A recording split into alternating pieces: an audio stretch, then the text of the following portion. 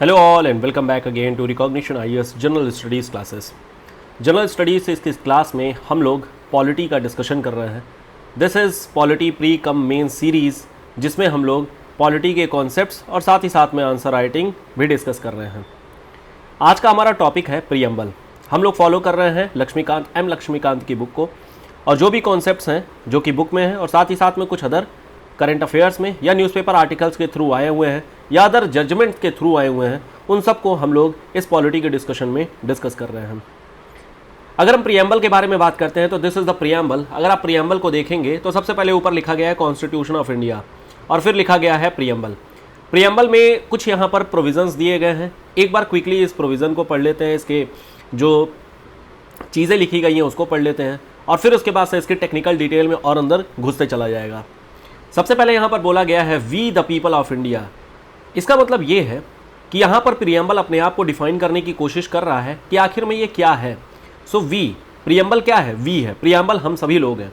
The people of India यानी कि जब पीपल ऑफ इंडिया यानी कि those people who are citizen of India, जो भी सिटीजन है उन सभी सिटीजन के द्वारा ये पावर डिराइव करके लेकर के आ रहा है. यानी कि अगर हम प्रीएम्बल के बारे में बात करते हैं तो प्रीएम्बल कुछ और नहीं बल्कि एक तरीके से लोगों के द्वारा एक संगठित रूप से, पीपल ऑफ इंडिया के द्वारा संगठित रूप से दिया गया एक पावर डिवोल्यूशन है.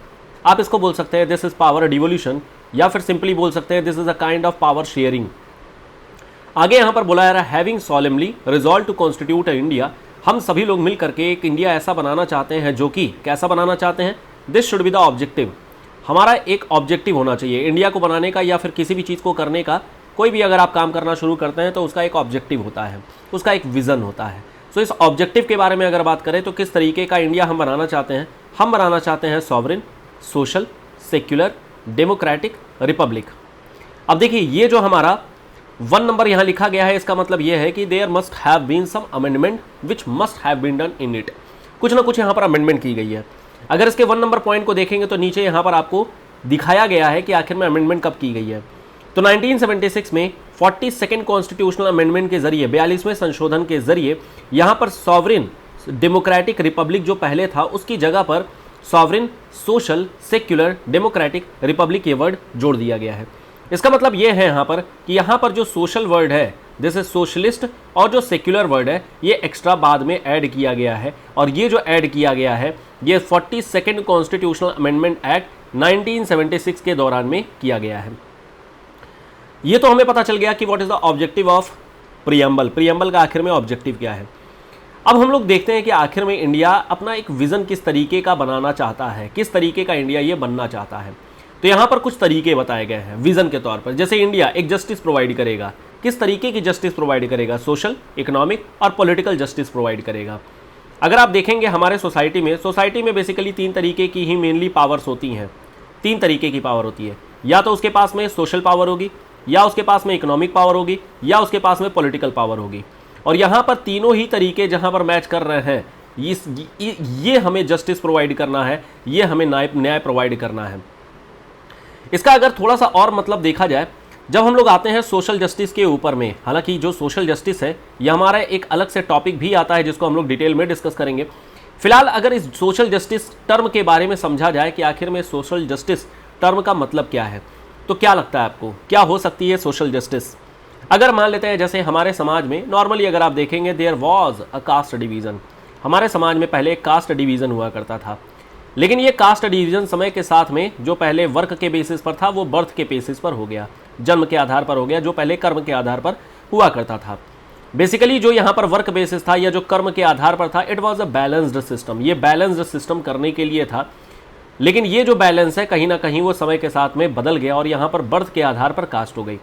अब कोई बंदा किस कुल में, किस कास्ट में जन्म ले रहा है, इसमें उस बंदे का कोई दोष नहीं है. लेकिन चूंकि बर्थ के आधार पर कास्ट सिस्टम डिवाइडेड है और ये कास्ट सिस्टम कहीं ना कहीं हमारे सोसाइटी के द्वारा माना जाता है, प्रैक्टिस किया जाता है, तो कहीं ना कहीं एक हमें हेट, नफरत या फिर एक डिफरेंशिएशन, एक अंतर देखने को मिल जाएगा. और इस अंतर को ही सामाजिक तौर पर एक जस्टिस प्रोवाइड करनी है.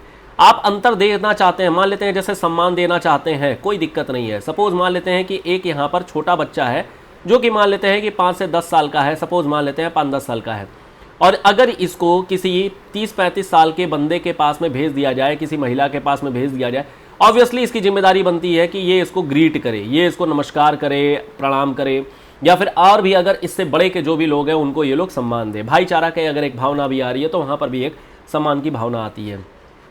लेकिन अगर मान लेते हैं कि ये बच्चा सिर्फ और सिर्फ इस वजह से, मान लेते हैं कि इस वजह से इनका निरादर कर रहा है या किसी इस तरीके के काम करवा रहा है जिससे कि इस बंदे की एक तरीके से कह सकते हैं कि इसका प्रॉपर उसको सम्मान नहीं मिल पा रहा है, या फिर समाज में इसकी स्थिति खराब होती जा रही है, या फिर इस 30-35 साल के जो बंदे हैं इनके द्वारा इस बच्चे का निरादर किया जा रहा है, इस बच्चे के साथ में किसी भी तरीके की मान लेते हैं कि गलत काम करवाया जा रहा है, तो दोनों ही सोशल जस्टिस के अगेंस्ट में आते हैं। अब ये सोशल जस्टिस कई तरीके से हो सकता है। ये हो सकता है कि आप इनको एजुकेशन की अपॉर्चुनिटीज़ न प्रोवाइड की जाए, या फिर इनको जो रिलीजियस इंस्टीट्यूशन है या कोई भी ऐसी पब्लिक प्लेस है, कोई भी ऐसी पब्लिक प्लेस है जहाँ पर सभी लोग जा सकते हैं लेकिन वहाँ पर किसी तरीके का रोक टोक लगाया जाए। हॉस्पिटल्स वगैरह में मान लेते हैं किसी तरीके का रोक टोक लगाया जाए, या फिर मान लेते हैं कोई अगर वाटर रिच एरिया है, पानी फेच करने वाला इलाका है, कुआं है, तालाब है, कुछ इस तरीके की जगह है, और वहाँ पर अगर रोका जाए तो ये सब कहीं ना कहीं एक सामाजिक मुद्दे बनते हैं। और समाज में हर एक बंदे को एक इक्वलिटी का अधिकार होना चाहिए, ये हमारा इतिहास भी कहता है और ये एथिक्स भी कहता है। और इस चीज़ को ही इंश्योर करने के लिए सोशल जस्टिस यहाँ पर जस्टिस के द्वारा प्रोवाइड की गई है। सिमिलरली इसी तरीके से इकोनॉमिक जस्टिस है।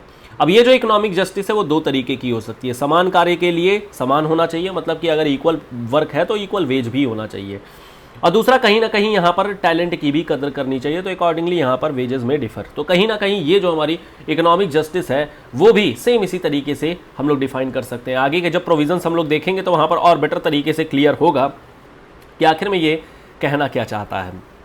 पॉलिटिकल जस्टिस का मतलब यही हो गया कि एक तरीके से सभी लोग यहाँ पर इलेक्शन कंटेस्ट कर सकते हैं और सभी को एलिजिबिलिटी भी बनती है, ऑब्वियसली विद सम रिस्ट्रिक्शंस। कहीं ना कहीं कुछ रिस्ट्रिक्शंस तो हमें देने ही पड़ जाते हैं। अब अगर आप देखेंगे तो ये बहुत ही कंसाइज मैनर में चीज़ों को लिखा गया है, और इस कंसाइज मैनर का कई तरीके का इंटरप्रिटेशन हमें देखने को मिल सकता है। अब ये जो इंटरप्रिटेशन है वो समय के साथ में धीरे धीरे जहाँ पर भी दिक्कतें आती हैं, कहीं मान लेते हैं कोई इशू हो जाता है, किसी तरीके की कंट्रोवर्सी हो जाती है, तो उस दौरान में जब हम पढ़ेंगे तो इसका मतलब समझ में आएगा।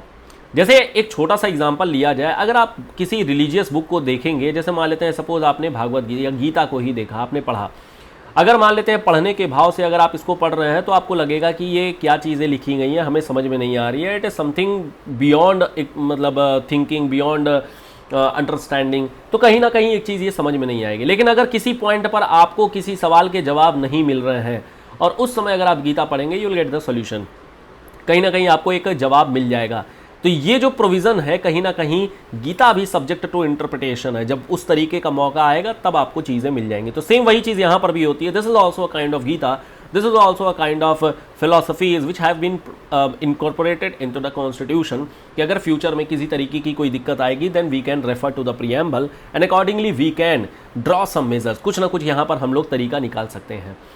सिमिलरली इसी तरीके से यहाँ पर लिबर्टी के बारे में बात किया गया है। जब हम लोग आगे डिस्कशन करेंगे तो हमें देखने को मिलेगा कि ये जो लिबर्टी है ये केवल और केवल हमारे प्रीएम्बल में ही लिखी गई है, इसके अलावा आपको कहीं पर भी देखने को नहीं मिलेगा।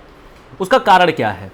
अब यहाँ पर अगर हम लोग लिबर्टी के बारे में बात करते हैं तो लिबर्टी शब्द आपको अंदर प्रोविजंस में नहीं मिलेंगे, इसकी जगह पर मिलेगा फ्रीडम, आपको फ्रीडम मिलेगा। सो आखिर में what is the difference between these two terms, आखिर में इन दोनों टर्म के बीच में डिफरेंस क्या है? ये एक टेक्निकल पॉइंट ऑफ व्यू होगा और यूपीएससी में इस पर प्रीलिम्स में क्वेश्चन भी पूछे गए हैं, तो हम लोग इसको डिटेल में डिस्कस भी करेंगे कि आखिर में इसका मतलब क्या है। अब ये लिबर्टी किस चीज़ में होनी चाहिए? हर चीज़ में होनी चाहिए। हर चीज़ का मतलब आपकी सोच में होना चाहिए, आपके एक्सप्रेशन में होना चाहिए, आपके बिलीफ में होना चाहिए, आपके फेथ में होना चाहिए और आपके वर्शिप में भी होना चाहिए। अब जो बिलीफ, फेथ और वर्शिप होता है ये डिग्री ऑफ एक कह सकते हैं विश्वास होता है कि आप विश्वास किस कदर कर रहे हैं। आपको विश्वास है, आप बिलीव कर सकते हैं, किसी पर्सन पर बिलीव कर सकते हैं, लेकिन किसी में आपको बहुत विश्वास है, वो फेथ होती है। और अगर किसी में इतना विश्वास है कि आप अपना जीवन भी त्याग कर सकते हैं तो उसको वर्शिप बोलते हैं, कि उसको वर्शिप कर रहे हैं, पूजा कर रहे हैं हम। तो ये अलग अलग तरीके के लिबर्टी की चीज़ें आ जाती हैं। फिर हमारे पास इक्वालिटी होती है। अब इक्वालिटी क्यों नहीं हम सोशल, इकोनॉमिक या फिर पॉलिटिकल रख दिए या फिर थॉट एक्सप्रेशन कुछ भी रख दिए? यहाँ पर लिखा गया इक्वालिटी ऑफ स्टेटस होना चाहिए और साथ में इक्वालिटी ऑफ अपॉर्चुनिटी होनी चाहिए, and it is to promote among them all. दिक्कत यहाँ पर यह है कि अगर हम सोशल इक्वालिटी या फिर इकोनॉमिक इक्वालिटी या फिर पॉलिटिकल इक्वालिटी रखेंगे तो कहीं ना कहीं आगे जाकर के दिक्कत आएगी। अभी किस तरीके की दिक्कत है ये हम लोग आगे जब प्रोविजंस डिस्कस करेंगे तो और बेहतर तरीके से समझ में आएगा। फिलहाल एक छोटा सा आपको एक हिंट दिया जा रहा है कि article number 14, article number 15, article number 16 and 17 इनको जब आप देखेंगे, इनफैक्ट 18 भी ले लीजिए, इनको अगर आप देखेंगे तो you will get an idea, आपको एक आइडिया मिलेगा कि आखिर में यहाँ पर स्टेटस और अपॉर्चुनिटी क्यों लिखा गया है। क्योंकि अगर कहीं ना कहीं सोशल, पॉलिटिकल और इकोनॉमिक लिख देंगे तो फिर एक तरीके का अपने आप में इनजस्टिस हो जाएगा। तो हमने जब इक्वलिटी को लिखा तो कहीं ना कहीं एक इनजस्टिस हो जाएगी वहाँ पर, अगर हम लोग इक्वलिटी ऑफ स्टेटस की जगह सोशल, इकोनॉमिक और हम लोग पॉलिटिकल लिख देते हैं। तो फिर हमारे पास टर्म आ जाती है फ्रैटर्निटी। फ्रैटर्निटी किस चीज़ की? फ्रैटर्निटी होनी चाहिए डिग्निटी ऑफ इंडिविजुअल, हर एक बंदे का सम्मान होना चाहिए, and the unity and integrity of the nation. अब जो ये unity and integrity of the nation यहाँ पर 2 लिखा गया है, यानी कि इसको भी अमेंडमेंट की गई होगी, और ये भी अमेंडमेंट की गई थी 42वें संशोधन 1976 42nd कॉन्स्टिट्यूशनल अमेंडमेंट एक्ट के जरिए, जहाँ पर unity of the nation, unity and integrity of the nation ये ऐड किया गया था। अब ये तो बात हम लोग कर लिए कि आखिर में what is the vision of the constitution, यानी हमारे प्रियम्बल का विजन क्या है। इसके आगे यहाँ पर बोला गया है, आगे ये बताया गया है कि how do we enact to our preamble, enactment किस तरीके से किया जा रहा है, लागू कैसे किया जा रहा है। ये बताया जा रहा है कि हमारी जो कॉन्स्टिट्यूएंट असेंबली है, चूंकि उस समय पार्लियामेंट नहीं हुआ करती थी, उस समय हमारे पास में कॉन्स्टिट्यूएंट असेंबली थी। ये बात हो रही है 1950 से पहले। तो जब 1950 से पहले जब कॉन्स्टिट्यूएंट असेंबली चीज़ों को बना रही थी, तो जो कि एक तरीके की पार्लियामेंट ही थी, तो उसके बारे में यहाँ पर बातें बताई जा रही हैं कि ये हमारी जो कॉन्स्टिट्यूएंट असेंबली है, ये 26 नवंबर 1949 को hereby adopt, enact and give ourselves to this constitution.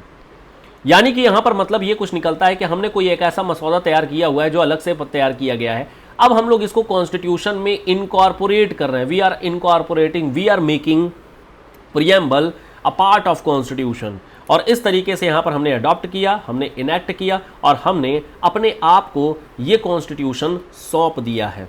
यानी आगे आने वाले टाइम में जो भी जजमेंट्स या किसी तरीके की अगर कोई इशू आएगा या कुछ भी प्रोनाउंसमेंट करनी होगी या फिर रेफरेंसेस लेने होंगे, तो this constitution will help in making those judgements, in making those provisions, और अल्टीमेटली इन सब चीज़ों में प्रियम्बल एक गाइडलाइन के तौर पर निकल करके आएगा। यहां से एक बात तो समझ में आ जाती है कि कहीं ना कहीं जो प्रियम्बल है वो अलग से तो तैयार किया गया रहा होगा, और अगर प्रियम्बल अलग से तैयार किया गया रहा होगा तो कुछ इसके पीछे का बैकग्राउंड भी रहा होगा। तो ये कहानी शुरू होती है 1946 से। 1946 में उस समय के एक तरीके से कह लीजिए कि वाइस प्रेसिडेंट के तौर पर, वाइस प्रेसिडेंट तो नहीं, आप कह सकते हैं कि जो पार्लियामेंट है यानी कि कॉन्स्टिट्यूएंट असेंबली है, उसके लीडर के तौर पर जवाहरलाल नेहरू ने एक ऑब्जेक्टिव रेजोल्यूशन पास किया था। अगर इस ऑब्जेक्टिव रेजोल्यूशन का मतलब समझेंगे, what is the meaning of resolution? Resolution का मतलब वही है जो मतलब 1 जनवरी के दौरान में सभी लोग करते हैं कि हम इस साल ये करेंगे, ऐसे करेंगे, वैसे करेंगे। और ये ऑब्जेक्टिव रेजोल्यूशन के तौर पर बनाया गया था कि ये हमारे पॉइंट बुलेट फॉर्मेट में चीज़ें रहेंगी जो कि हमें आगे जा करके एक ऑब्जेक्टिव के तौर पर लेके आना है। यह ऑब्जेक्टिव मतलब MCQ नहीं है, इस ऑब्जेक्टिव का मतलब है कि हमारा आगे जा करके एम क्या होगा। तो this is a resolution which will ultimately serve as aim for the development of the country, aim for development of the country, development of the country. तो ये हमारे पास में चीजें आ जाती हैं। तो जवाहरलाल नेहरू 1946 में ऑब्जेक्टिव रिवोल्यूशन ये मूव किया था। Describing the constitutional structure, ultimately 42 जनवरी 1947 को it was adopted and it shaped the constitution of India and modified version reflected in preamble. Ultimately जब ये एक्सेप्ट कर लिया गया तो फिर फाइनली प्रियम्बल को भी, मतलब इस ऑब्जेक्टिव रेजोल्यूशन को एक तरीके से प्रियम्बल का पार्ट मान करके हमारे कॉन्स्टिट्यूशन में इनैक्ट कर दिया गया। इसमें तमाम चीज़ें लिखी गई हैं। इसमें तमाम चीज़ों में यह कहा गया है कि constituent assembly resolved to seek India and independent, sovereign and republic. इन तीनों टर्म का मतलब भी हम लोग समझेंगे कि आखिर में इंडिपेंडेंट का मतलब क्या होता है, सॉवरेन का मतलब क्या होता है और रिपब्लिक का मतलब क्या होता है, और ये तीनों टर्म एक दूसरे के साथ में अलग कैसे हैं। This will draw a constitution for India to make all territories of pre independent India into united state of post independent India. यानी कि कहीं ना कहीं ये एक स्टेट रीऑर्गेनाइजेशन के बारे में भी बात कर रहा है।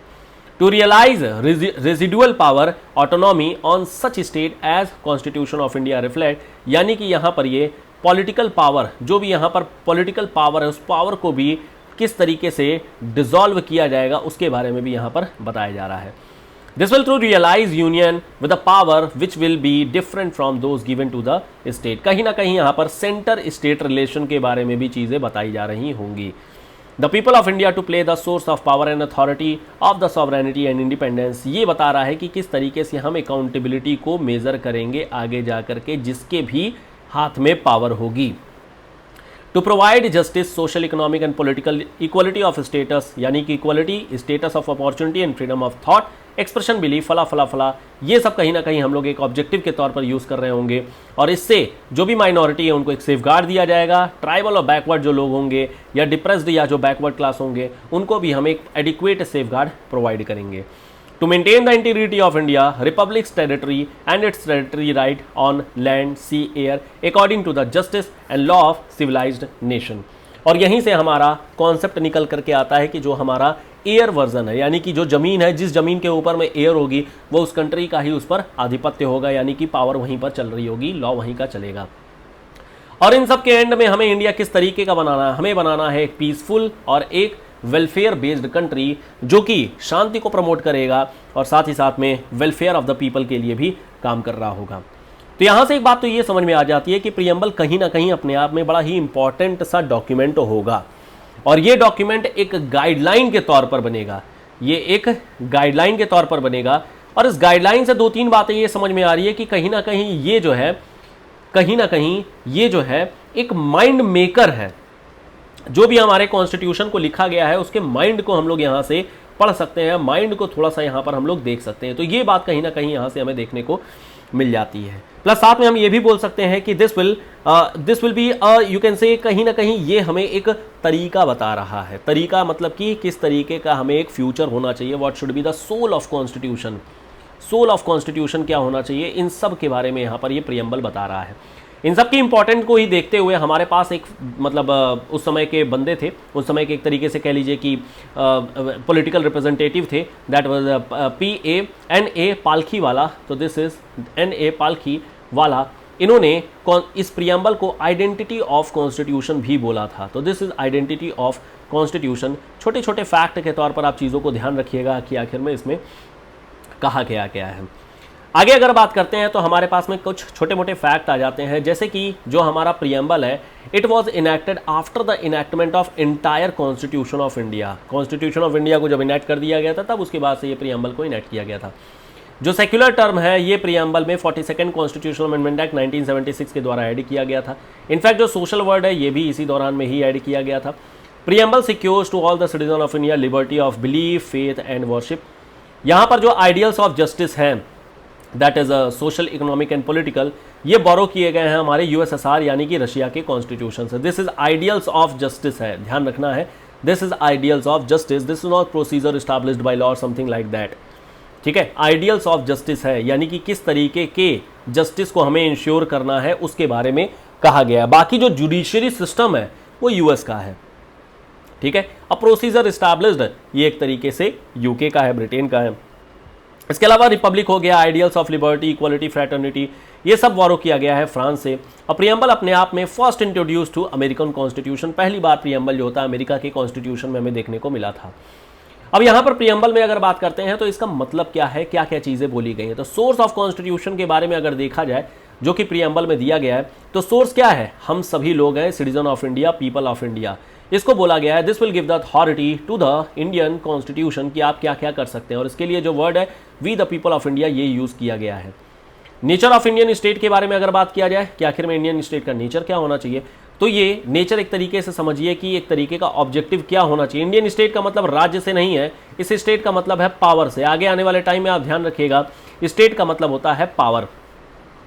The preamble of India lakhs India किस तरीके का बनाना चाहता है, ये बनाना चाहता है एक sovereign, social, Republic, secular and democratic nation. Objective के बारे में बात करें, क्या ऑब्जेक्टिव है हमारे इस कॉन्स्टिट्यूशन का, तो ये हमारा ऑब्जेक्टिव है जस्टिस, लिबर्टी, इक्वलिटी, फ्रैटर्निटी, ये हमारे ऑब्जेक्टिव के तौर पर बताया गया। और इन सब में अलग अलग तरीके से, जैसे कि जस्टिस के लिए सोशल, इकोनॉमिक एंड पॉलिटिकल हो गया, लिबर्टी के लिए हमारा हो गया thought expression, belief, faith and worship. Equality of status and opportunity हो जाएगी। और फ्रैटर्निटी के बारे में तो आप लोग जान रहे हैं कि ये हम सम्मान देने के लिए, भाईचारा के लिए ले आते हैं। लास्ट में यहाँ पर बताया गया है कि आखिर में किस डेट पर एडॉप्शन डेट क्या है constitution of India, that is a preamble. तो 26 नवंबर 1949 को ये इनेक्ट किया गया था, when the Indian constitution was enacted. अब यहाँ पर देखेंगे तो कई सारे हमारे पास में कीवर्ड्स दिए गए हैं। What are those keywords? अब जरा डिस्कस करना शुरू करते हैं इन कीवर्ड्स के बारे में कि आखिर में इन कीवर्ड्स का मतलब क्या है और इन मतलब चीज़ों में क्या दिया गया है। सबसे पहले हमारा शब्द आता है सॉवरिन। अब यहाँ पर 3 शब्द एक साथ हम लोग देखेंगे। सॉवरिन क्या चीज़ है और इंडिपेंडेंस क्या चीज़ है, दिस इज इंडिपेंडेंस। और एक और शब्द मैं यहाँ पर ऐड कर दे रहा हूँ, dominion status, this is dominion status. आखिर में इन तीनों वर्ड में अंतर क्या है? सबसे पहले हम लोग बात करते हैं डोमिनियन स्टेटस की, क्योंकि कहीं ना कहीं ये डोमिनियन स्टेटस ही शुरुआत कर रहा है। जब हम लोग किसी भी स्टेट को देखते हैं, मान लेते हैं कि हमारा ये एक कंट्री है, ये एक कंट्री या टेरिटरी कुछ भी आप ले लीजिए, ये एक टेरिटरी है और हम लोग थोड़ा इतिहास से समझते हैं, हिस्ट्री से समझते हैं। जब हम वैदिक सिस्टम के दौरान में देखते हैं, इस वैदिक सिस्टम में आप देखने को मिलेगा कि यहाँ पर मिली जन हुआ करते थे, पंच जन बोलते हैं, जन हुआ करते थे। जन का मतलब वही द पीपल। तो यहाँ पर कई सारे यहाँ पर पीपल हैं, दे आर द पीपल, ये लोग हैं। और ये लोग अपना खुद का एक नियम वगैरह बना करके रखते हैं। नियम का मतलब वही कुल जो रहेगा उसमें अपना एक मुखिया रहेगा और वो मुखिया ही अपना डिसीजन मेकिंग का काम एक तरीके से करता था। लेकिन ये हो गया जो लोकल बेसिस पर कर रहे हैं, लोकल बेसिस पर जो भी काम कर रहे हैं वो अपना सेल्फ ड्रिवन है, यानी कि खुद से ही चीज़ें की जा रही हैं। लेकिन इन लोगों ने कहा कि ऐसा है, हमारे पास एक काम करो कि एक गांव का भी मुखिया बना करके रख देते हैं कि अगर किसी सामाजिक तौर पर कोई चीज़ होगी तो फिर ये मुखिया डील करेगा और ये मुखिया भी हम ही लोगों में से ही निकल करके आएगा। ये हुई चीज़ें जो नॉर्मली चलती हैं। अगर आप देखेंगे ये लोकल का मतलब हो गया हमारा जो इंटरनल मैटर है, दिस इज इंटरनल मैटर। अब चूंकि वहाँ पर इतने स्टेट नहीं थे या फिर कोई दिक्कत नहीं थी तो आपस में विवाद भी नहीं होते थे, युद्ध नहीं होते थे। लेकिन फिर भी अगर कोई झगड़ा फसाद हो गया तो उसके लिए एक मुखिया बैठा हुआ है जो एक्सटर्नली चीज़ों को देख रहा है। तो ये बन गया एक्सटर्नली चीज़ों को देखना। सेम यही काम ब्रिटिश इंडिया में भी होता है। ब्रिटिश इंडिया में होता ये है कि अब यहाँ पर इंटरनल मैटर के लिए अलग अलग छोटे छोटे जो प्रोविंसेस थे उसके पास भी एक गवर्नर बैठा दिए गए थे और एक होता था गवर्नर जनरल। हम लोगों ने ऑलरेडी डिस्कस कर रखा है regulating act, Pitts India act, और बाद में regulating act, Pitts India act, मतलब इसमें governor general of India, governor general of Bengal को बाद में 1833 वाले में गवर्नर जनरल ऑफ इंडिया बोल दिया गया था और आगे जाकर के इसी का नाम वायसराय भी हो गया था। ये हम लोगों ने डिस्कस कर रखा है, आई थिंक आपको चीज़ें याद आ रही होंगी। ठीक है, अब यहां पर अगर देखेंगे तो एक्सटर्नली भी चीजों को देखा जा रहा है और इंटरनली भी यहां पर इन्होंने अपने गवर्नर्स लगा रखे हैं, जैसे कि governor of Madras, governor of Bombay, governor of Punjab, etcetera etcetera. तो अब क्या था कि जो सेल्फ ड्रिवन चीज थी it went into the hand of britisher, और जो एक्सटर्नल है it also went in the hand of britisher. तो धीरे धीरे हुआ क्या कि हम लोग पूरी तरीके से ब्रिटिश इंडिया में बदल गए, हम लोग बदल गए ब्रिटिश इंडिया में। और इसके पीछे की भी अपनी तमाम स्टोरी है जो कि हम लोग हिस्ट्री में डिस्कस करेंगे। अब यहाँ पर हुआ क्या कि यहाँ पर एक तरीके से कह लीजिए कि एक आंदोलन चलना शुरू होता है। इस आंदोलन चलने के दौरान में चूंकि हमारे पास उस समय गणेश महोत्सव, वैदिक सिस्टम को और प्रमोट करने, वेदों की ओर लौटें, ये सारी चीज़ों की फिलॉसफी चल रही थी, तो कहीं ना कहीं we started making agitation for this. हम लोग ये कहना शुरू कर दिए कि ये जो हमारे पास में लोकल चीज़ हुआ करती थी हमें ये पावर वापस दे दिया जाना चाहिए। So power to make law for local matter या फिर इंटरनल मैटर, जो इंटरनल मैटर होना चाहिए ये it should be given to the Indian people, ये इंडियन लोगों के हाथ में चला जाना चाहिए। बाकी की जो एक्सटर्नल चीज़ें हैं जैसे फॉरेन अफेयर हो गया या एक्सटर्नल अफेयर भी जिसको बोल सकते हैं, इसके अलावा आपका ट्रेड कम्युनिकेशन हो गई या फिर जो आपके मतलब डिफेंस का काम है, इन 3 चीज़ों के लिए आप एक्सटर्नली चीज़ों को देखते रहिए, ब्रिटिश इंडिया देखते रहिए। इस सिस्टम को बोला जाता है डोमिनियन स्टेटस।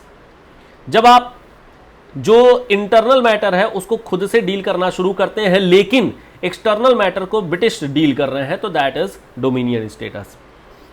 अब इसके बाद से हुआ ये कि अब आप इंडिपेंडेंट हो गए, अब आप आज़ाद हो गए हैं। आज़ाद होने का मतलब है कि कोई आपके ऊपर में है नहीं, ठीक है, कोई उपकर आपके ऊपर में है नहीं। हम लोग बात कर रहे हैं 1946 का भारत। 1946 के भारत में अगर आप देखेंगे तो इंडिया को कह दिया गया था कि आप आज़ाद हैं, लेकिन आपको आज़ादी तब पूरी तरीके से मिल जाएगी जब आप अपना कॉन्स्टिट्यूशन इनैक्ट कर देंगे, क्योंकि कहीं ना कहीं एक मोरालिटी भी बनती है कि आप किसी एक स्टेट को इस हाल पर मत छोड़ करके जाइए जो आगे जाकर के सिविल वॉर में तब्दील हो सकता है। कई सारे देश में हुआ है, इंडिया को छोड़ दिया जाए अगर तो अल्टीमेटली यहां पर बनाई गई कॉन्स्टिट्यूएंट असेंबली। इस कॉन्स्टिट्यूएंट असेंबली में नाम मात्र के तौर पर जो इसके प्रेसिडेंट हुआ करते थे वो हो गए उस समय के जो तत्कालीन वायसराय थे, ठीक है, वेवल वगैरह को बना दिया गया। और फिर उसके बाद से सारे मैटर जो भी कॉन्स्टिट्यूएंट असेंबली की चीज़ें चल रही थी, कुछ भी हो रहा था, डिस्कशन फलाना साइन करना, सब कुछ ये सारी चीज़ें कराई जा रही थी इंडियन लोगों के द्वारा, ये इंडियन लोगों के द्वारा कराई जा रही थी। लेकिन प्रेसिडेंट के तौर पर अभी भी वायसराय है, यानी कि पूरी तरीके से इंडिपेंडेंट नहीं है। तो दिस इज इंडिपेंडेंट स्टेटस। ये आप इंडिपेंडेंट हो चुके हैं, आपको आज़ादी दे दी जाएगी, बस एक साइन करने मात्र की चीज़ है, लेकिन कहीं ना कहीं नाम मात्र के तौर पर चीज़ें अगर देखते हैं तो ब्रिटिश ही देख रहा है, फाइनल साइन ब्रिटिश का ही किया जा रहा है। लेकिन जब 1950 के बाद से पूरी तरीके से जब ब्रिटिश खत्म हो चुके हैं, हट चुके हैं, निकल चुके हैं, और अल्टीमेटली हम लोग अपने इंटरनल मैटर को अब साइन भी, जो पहले ब्रिटिश में साइन किया रहा था वायसराय के द्वारा, अब हमारा साइन करने के लिए हमारे प्रेसिडेंट ऑफ इंडिया है। और जब प्रेसिडेंट ऑफ इंडिया चुन लिए गए, प्रेसिडेंट ऑफ इंडिया बना दिए गए, अब यहां पर internal matters has been dealt by the internal people, मतलब कि हमारे खुद के द्वारा किए जाने लगा। इसको बोलते हैं हम लोग sovereign status. This is sovereignty, this is sovereign status. तो अब डोमिनियन स्टेटस क्या है, इंडिपेंडेंट स्टेटस क्या है और सॉवरेन स्टेटस क्या है, ये बात आई थिंक आपको पता लग गई होगी। इसी वजह से कॉन्स्टिट्यूएंट असेंबली जब हम लोग डिस्कस कर रहे थे तो उसमें हम लोगों ने बोला था कि ये क्रिटिसिज्म ये भी होता है कि जो कॉन्स्टिट्यूएंट असेंबली है it was not a sovereign body, because sovereignty तो तब आएगी जब आपके प्रेसिडेंट ऑफ इंडिया ही साइन करेंगे। That is the mechanical thing. ये हमारा अगर आप प्रोविजन के थ्रू जाएंगे तो इस तरीके का मैटर हो जाता है। नेक्स्ट हमारे पास आती है सोशलिस्ट नेचर को लेकर के। अब देखिए सोशलिस्ट के लिए हालांकि इस पर एक अलग से ही डिस्कशन क्लास रखी जा सकती है, फिलहाल अभी इसको डिस्कशन उतना डिटेल में नहीं करेंगे, जस्ट एक आइडिया के तौर पर बोल दिया जाए। हमारे पास में ये एक तरीके की पॉलिटिकल आइडियोलॉजी होती है, this is a kind of political ideology. इस पॉलिटिकल आइडियोलॉजी को अगर आप देखेंगे तो एक पॉलिटिकल आइडियोलॉजी होती है जिसको हम लोग बोलते हैं न्यूट्रल। ये न्यूट्रल हो गया। न्यूट्रल का मतलब एक तरीके से ये जीरो है, दिस इज जीरो, इसको कोई मतलब नहीं है पॉलिटिक्स से क्या है। ये हो गया इसका राइट विंग और ये हो गया इसका लेफ्ट विंग। ये लेफ्ट और राइट जो शुरू हुआ था वो फ्रेंच रिवॉल्यूशन के दौरान में हुआ था, या फिर बोल सकते हैं फ्रांस से ही एक तरीके से आया था। जरूरत नहीं है, जस्ट एक समझने की बात है। जो राइट विंगर्स होते हैं they are calling themself nationalist. अगर आप देखेंगे हमारे यहाँ पर भी नेशनलिस्ट पार्टीज हुआ करती थी 1908 के बाद, जब स्वराजिस्ट के बाद अगर देखेंगे तो वहाँ पर भी नेशनलिस्ट थी, और आज की डेट में भी अगर देखेंगे तो we have political parties which are calling themself as nationalist party. दूसरे होते हैं जो लेफ्ट की पार्टीज होती हैं। लेफ्ट की पार्टी अपने आप को सोशलिस्ट पार्टी बोलते हैं, दे आर सोशलिस्ट पार्टीज। इन दोनों में क्या डिफरेंस है, इन दोनों में क्या चीज़ें हम लोग अलग से एक सेपरेट क्लास में डिस्कस करेंगे, सो डोंट वरी, फिलहाल इस क्लास में भी इसको डिस्कस नहीं करेंगे। इस सोशलिज्म का ही एक्सट्रीम देखेंगे तो ये होता है कम्युनिस्ट पीपल। ये लोग एक्सट्रीम जो होते हैं वो कम्युनिस्ट होते हैं, और वहीं नेशनलिस्ट में एक्सट्रीम देखेंगे तो इनको नाजी या फिर फासिस्ट भी आप बोल सकते हैं, मुसोलिनी, या फिर आप इनको हिटलर भी देख सकते हैं।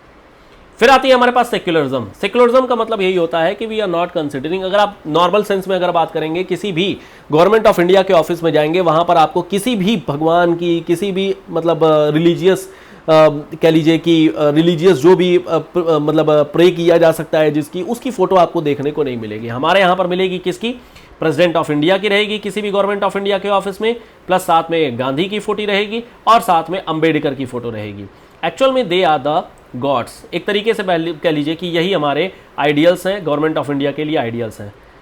तो ये क्यों हुआ, ये इसलिए हुआ क्योंकि किसी भी रिलीजियस इंस्टीट्यूशन या फिर रिलीजियस प्रैक्टिस को गवर्नमेंट ऑफ इंडिया प्रैक्टिस नहीं करती है, लेकिन यह आज़ादी देती है कि आप प्रैक्टिस कर सकें। इसको बोलते हैं सेक्युलरिज्म। हालांकि इस पर भी एक सेपरेट क्लास होगी जो हम लोग निगेटिव सेक्युलरिज्म, पॉजिटिव सेक्युलरिज्म क्या होती है, इन सब के बारे में डिस्कस करेंगे। डेमोक्रेसी का मतलब आप लोगों को पता ही है, लोकतंत्र, जहां पर लोगों का शासन होता है, by the people, for the people and to the people. Republic का मतलब ये होता है जहां पर हमारा जो हेड ऑफ द स्टेट है, हेड ऑफ द स्टेट कौन है, हेड ऑफ द स्टेट होता है हमारे प्रेसिडेंट ऑफ इंडिया। तो जो हमारे हेड ऑफ द स्टेट है, अगर ये इलेक्ट होके आ रहे हैं, एक आम जनता के थ्रू इलेक्ट होकर के आ रहे हैं, तो उसको बोलते हैं रिपब्लिक। अगर आप देखेंगे तो इंडिया को इंडिया नहीं लिखा जाता है, इंडिया को लिखा जाता है Republic of India. This is Republic of India, ठीक है, इंडिया। सिमिलरली इसी तरीके से अगर आप देखेंगे China, people's republic of India लिखा जाता है, people's republic of India, people's republic of China, sorry people's republic of China, ठीक है। तो ये रिपब्लिक वर्ड होता है। अगर आप ब्रिटेन को देखेंगे तो आप कहीं पर भी रिपब्लिक ऑफ ब्रिटेन नहीं देखेंगे, वो जस्ट एक ब्रिटेन देखेंगे, ठीक है। तो ये हमारे पास में चीजें आ जाती हैं। तो रिपब्लिक का मतलब जहां पर भी हेड ऑफ द स्टेट का इलेक्शन हो रहा होगा उसको बोल देंगे रिपब्लिक। जस्टिस के बारे में आप लोग को पता है, liberty, equality, fraternity, I don't think इसको डिस्कस करने की कोई खास ज़रूरत है। बट इन सभी चीज़ों पर हम लोग सेपरेटली एक एक क्लास करेंगे and they are very important. और इसके लिए मैं आपको सजेस्ट करूंगा कि आप NCERT क्लास 11th की एक बुक है, क्लास 11th की बुक है पॉलिटिकल थ्योरी, इस पॉलिटिकल थ्योरी को बुक को पढ़िएगा और हम लोग भी इसको डिस्कस करते रहेंगे, सो डोंट वरी। इस पॉलिटिकल थ्योरी की बुक को पढ़िएगा, this is very important book, very good book and very well written. अब सवाल कुछ आते हैं कि आखिर में जो प्रियम्बल है ये एक्सप्लेन क्या करने की कोशिश करता है, क्या करता है आखिर में, व्हाट डज प्रियम्बल एक्सप्लेन। यह आप लोगों के लिए, खुद के लिए है, होमवर्क है, खुद सोचिएगा कि आखिर में प्रियम्बल मतलब क्या एक्सप्लेन करने की कोशिश करता है। आखिर में what are the beginning words in the preamble of constitution of India, आखिर में वो बिगिनिंग वर्ड क्या है, we the people of India, इसका मतलब क्या है। We the people of India जो यहाँ पर निकल करके आता है, इसका रियल मीनिंग क्या है, what is the real meaning, what is the philosophical meaning of this. और लास्ट में हमारे पास में सवाल आता है कि आखिर में हमारे पास प्रियम्बल जो है वो बेसिक स्ट्रक्चर का पार्ट है कि नहीं। ये क्वेश्चन हमारा टू बी कंटिन्यूड वाली सीरीज में है, हम लोग आगे डिस्कस करेंगे तो वहाँ पर हमें पता चलेगा इस सवाल का जवाब। बाकी जो सवाल के जवाब है वो आप लोग सोचिएगा, कमेंट बॉक्स में अपने कमेंट्स करिएगा। हम लोग आगे जब डिस्कशन करते रहेंगे, ये जब हमारी सीरीज आगे बढ़ते रहेगी तो यहाँ पर आपको समझ में आएगा कि क्या इसका पूरा मतलब है। ये दो क्वेश्चन है प्रैक्टिस करने के लिए, आप लोग खुद से 200 वर्ड में इसको लिखने की कोशिश करिएगा। हम लोग नेक्स्ट क्लास से कुछ क्वेश्चंस को डिस्कस भी करेंगे और आप लोगों के द्वारा लिखे हुए क्वेश्चन को साथ ही साथ में यहाँ पर शो भी करेंगे और उसको एनालाइज करने की कोशिश करेंगे कि आखिर में इसमें क्या और भी इंप्रूवमेंट किए जा सकते हैं। फिलहाल इस क्लास में यहीं पर है, फिलहाल यहाँ स्टॉप करेंगे, मिलेंगे नेक्स्ट वीडियो में। जो डाउट रहेगा आप लोग अपने डाउट को टेलीग्राम चैनल पर पूछ लीजिएगा या नीचे कमेंट बॉक्स में भी पूछ सकते हैं। सीरीज को आगे इसी तरीके से चलाते रहेंगे और क्वेश्चन आंसर के साथ साथ ही डिस्कशन करते रहेंगे। ये सीरीज हमारी जीएस की कंप्लीट सीरीज रहेगी जिसमें हम लोग सभी चीजें डिस्कस करेंगे। फिलहाल यहाँ स्टॉप करेंगे, मिलेंगे नेक्स्ट वीडियो में। Till then goodbye, thank you so much, bye bye.